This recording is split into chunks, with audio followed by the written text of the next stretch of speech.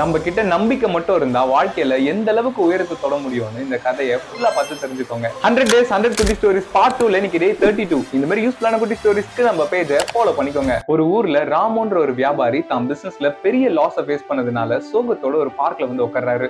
அந்த இடத்துல ஒரு வயசானவரையும் மீட் பண்றாரு. இப்ப அந்த வயசானவர் என்னப்பா உனக்கு பிரச்சனைன்னு கேட்கும் போது ராமு நடந்த எல்லா விஷயத்தையும் சொல்றாரு.